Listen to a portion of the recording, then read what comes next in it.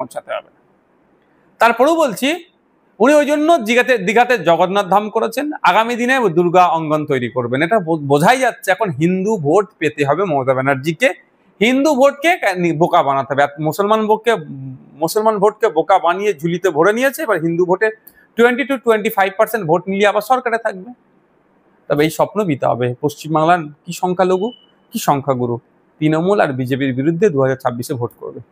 অভিষেক বন্দ্যোপাধ্যায় 21শে মঞ্চ থেকে আরেকটা করেছে যে 2026-এ বিরোধী পুরো শূন্য হয়ে যাবে, বিরোধী বলে কিছুই থাকবে না পশ্চিমবাংলায়। দেখুন একটা কথা বলি, পশ্চিমবাংলা নয় সারা ভারতবর্ষে নিরিখে বলছি, দুটো যে সরকার চলছে, একটা কেন্দ্র সরকার একটা রাজ্য সরকার, একটা ফ্যাসিস্ট মনোভাব নিয়ে চলছে, কিছু শুনবো না, কারো কথা মানবো না, এই মনোভাব নিয়ে চলছে। এই মনোভাব নিয়ে চলার ফলে আপনি দেখবেন 2006-এর ফরেস্ট রাইট অ্যাক্টকে ধ্বংস করে দিচ্ছে এক প্রকার অ্যামেন্ডমেন্টের নামে। 2023-24-এ আদিবাসীদের অধিকার কেড়ে নিচ্ছে। ভার্জিনিয়াস খাকা কমিটির যে সুপারিশগুলো আছে সেগুলো বাস্তবায়ন করেনি কেন্দ্র সরকার, কিন্তু আদিবাসী প্রীতি অনেক দেখাচ্ছে। ওয়াকফ সংশোধনী আইন 2025-এ যেটা পাস হয়েছে, বিরোধীদের যুক্তিকে অগ্রাহ্যভাবে, মানে যুক্তিকে পাত্তা না দিয়ে সংখ্যার ভিত্তিতে তারা তাদের বিলটা পাস করিয়ে নিয়েছে, আইনে পরিণত করেছে। ব্যাপারটা হচ্ছে যদিও আইনটা এখন সুপ্রিম কোর্টের বিচারাধীন অবস্থায় আছে।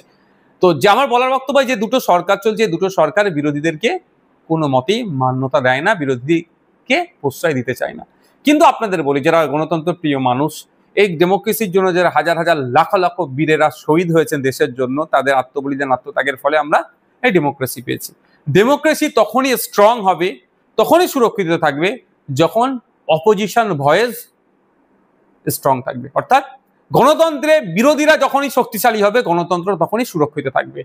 আর কি তৃণমূল সরকার কি বিজেপি সরকার সবসময় বিরোধীদেরকে দুর্বল করতে চাইছে, তাহলে বিরোধীদেরকে দুর্বল মানে গণতন্ত্র সুরক্ষিত কিন্তু থাকছে না। ফলে কখনো সমাজতন্ত্র, কখনো ধর্মনিরপেক্ষ এই শব্দগুলো তুলে দাও, কখনো ওই আপনি কেন ভোটে দাঁড়িয়েছেন, এইবারে লাস্ট পঞ্চায়েত নির্বাচনে ভাঙড়ে কি অত্যাচার চালিয়েছে, খুন করেছে। হাওড়া জেলাতে মহিলা ভোটে দাঁড়িয়েছে তৃণমূলের বিপক্ষে কোনো একটা সিম্বল থেকে, তার কাপড় ধরে খুলে দিচ্ছিল। এই অনৈতিক অন্যায় কাজ হবে? ভাঙড়ে এক মঞ্চে থেকে ক্যানিং পূর্বের বিধায়ক সওগাত মোল্লা তিনি করেছেন যে ভাঙড়ে 5টা লাশ পড়লেও কোনো যায় আসে না, কিন্তু আইএসএফ কে হাতে হবে, আইএসএফ এর বিরুদ্ধে জিহাদ ঘোষণা করেছে। দেখুন আমি একটা কথা বলছি, সওগাত মোল্লা সাহেব বললো না যে নিজের জীবন চলে যায় চলে যাবে, কিন্তু আমি আইএসএফ খারাপের কথা বললেন না। কার 5টা? গরিব মানুষ, এই রেজ্জাক খার মতো মেরে দিয়েছে দলের লোক, আবার অন্যকে ঘাড়ে চাপাবার চেষ্টা করছে। দেখুন আপনারা জানেন, এই সওগাত মোল্লারা এরা হচ্ছে এদের ক্ষমতা লোভী, চাই পাবলিক ধ্বংস হয়ে যাক, এদের কোনো যায় আসে না, এরা ক্ষমতা শীর্ষে থাকতে চায়।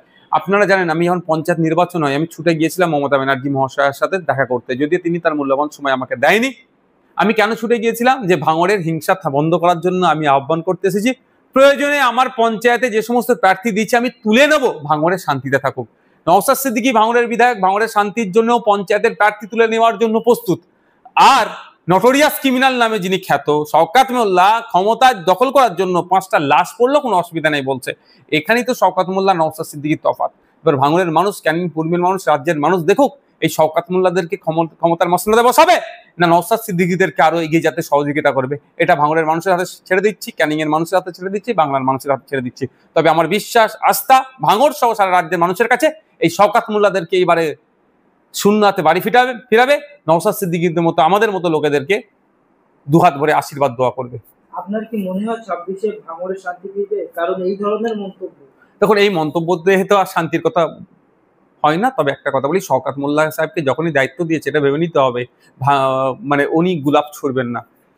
যে মমতা ব্যানার্জি যাকে বলে তুই বোম্মা দিস, সে নিশ্চিত হবে গোলাপের গুরুত্ব তার কাছে থাকবে না।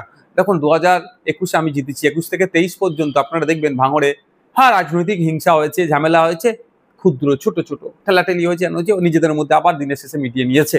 আমি যেটা সৌজন্যতা রাজনীতি, কিন্তু শওকাত মোল্লা সাহেব আসার পর থেকেই খুনি হ্যান ত্যান এইসব চলছে।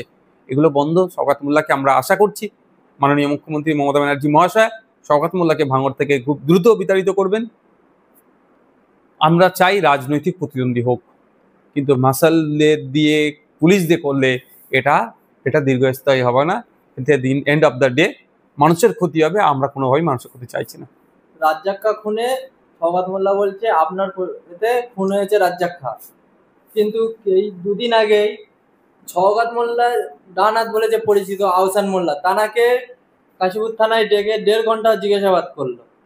চা খাওয়াতে একটু টাইম লেগেছে, 1.5 ঘন্টা হয়তো, ওই জন্য 1.5 ঘন্টা করেছে। আপনি জানলেন কি আলোচনা করছিল আপনি, আমি জানি কিছু দেখে বসে একটা। তবে আমি একটা কথা বলছি, আমি প্রথম দিকেও বলেছি, আজকেও বলছি, আমাদের ভাঙড়ের ভোটার রাজ্জাক খাঁকে যারা খুন করেছে, যখন শওকত মোল্লা সাহেব ওখানে উপস্থিত হয়েছিলেন, শওকত মোল্লা সাহেব রাইট, লেফট, ব্যাক, ফ্রন্ট সাইডে যারা দাঁড়িয়ে আছে ওদের মধ্যে অনেককেই যদি সঠিক তদন্ত হয় এই খুনের সাথে জড়িয়ে যেতে পারে। বেশ কয়েকজন অ্যারেস্ট হয়েছে আপনারা জানেন। যদি আগামী দিনে সঠিক তদন্ত হয়, কাউকে 1.5 ঘন্টা বসে রাখা বলেছেন, উনি হয়তো গ্রেফতার হতে পারেন, বা এখনো যাকে ডাকেনি তিনি হয়তো গ্রেফতার হতে পারেন যদি সঠিক তদন্ত হয়। আপনি দেখি কিছু কিছু চ্যানেল আপনি কিনে রেখেছেন, কারণ আজকে এই মন্তব্য করছেন শওকত মোল্লা যে রাজ্জাক খানের পরিবারকে নিয়ে অবগত করা। দেখুন, আমি একটা যদি সিঙ্গেল শব্দ রাজ্জাক খাঁ বা তার পরিবার সম্পর্কে আমার অশ্লীল পান, আমি যে যে রাজ্জাক খাঁর পরিবার আমাকে যে শাস্তি দেবে আমি মাথা পেতে মেনে নেব।